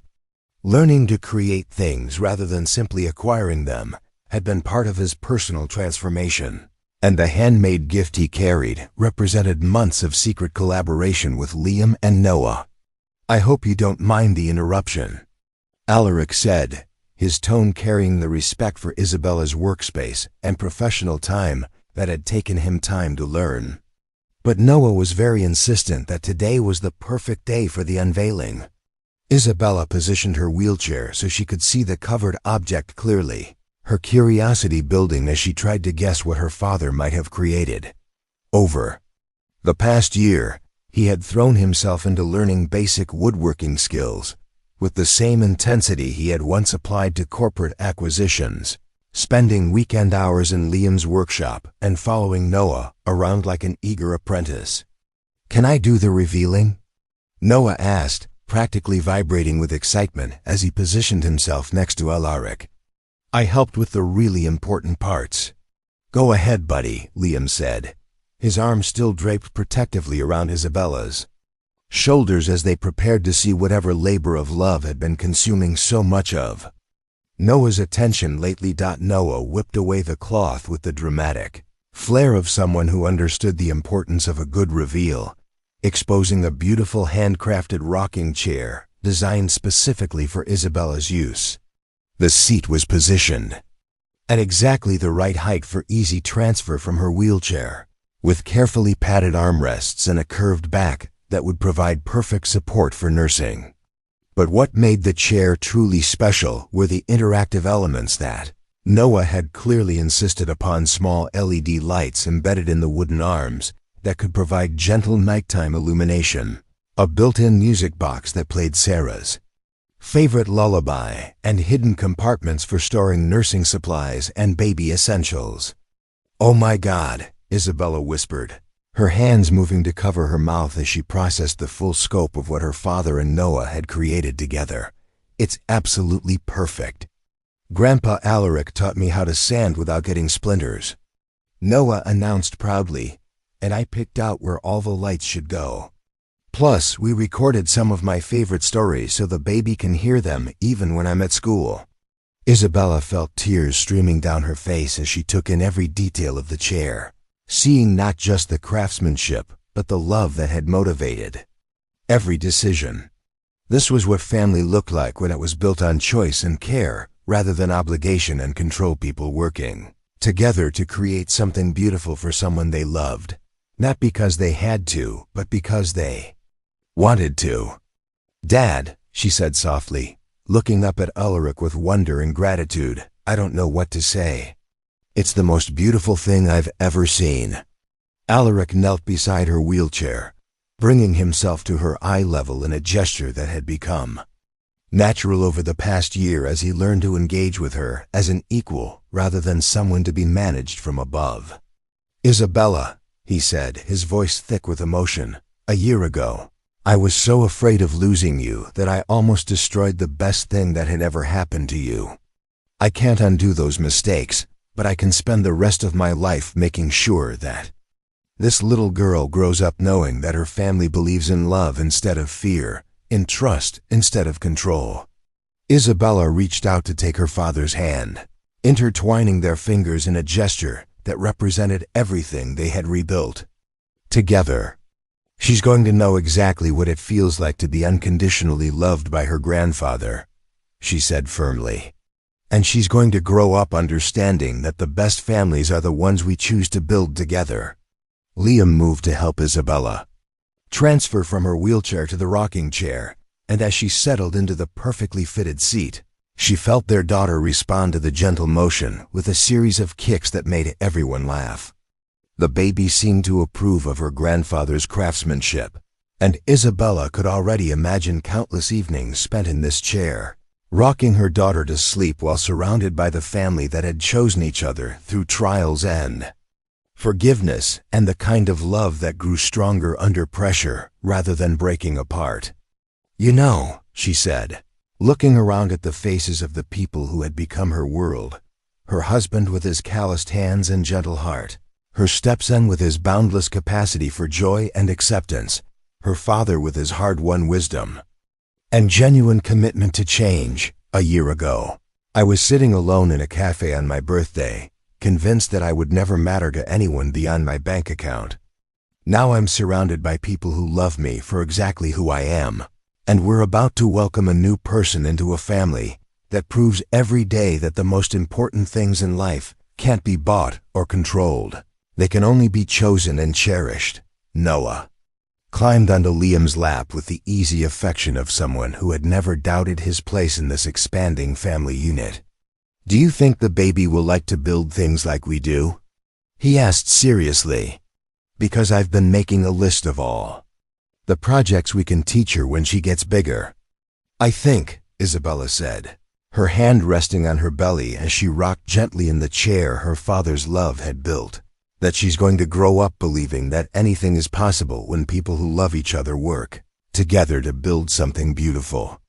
The afternoon sun streamed through the workshop windows, illuminating a scene that perfectly captured the transformation of everyone involved, from the tech billionaire who had learned that true power came from empowering others, to the carpenter who had discovered that love could expand to include more people rather than being diminished by sharing, to the young woman who had rediscovered her own worth and was preparing to pass that knowledge on to the next generation. Outside, the world continued its complicated dance of joy and sorrow, success and failure, connection and isolation. But inside Sterling Woodworks, surrounded by the evidence of what people could create when they chose love over fear, Isabella Marino Sterling rocked gently in her father's gift and felt the profound contentment of someone who had learned that. The most beautiful stories often began with the simple question, "Mind if we join you?" And in that moment, as her family gathered around her and her daughter kicked with apparent approval of the love that surrounded them, Isabella knew with absolute certainty that no one should ever have to celebrate alone, and that the best families were the ones built by people brave enough to see past surface differences to the love underneath, patient enough to forgive mistakes, and wise enough to choose each other again and again, until choosing became as natural and necessary as breathing itself. Up next, you've got 2 more standout stories right on your screen. If this one hit the mark, you won't want to pass these up. Just click and check them out. And don't forget to subscribe and turn on the notification bell so you don't miss any upload from us.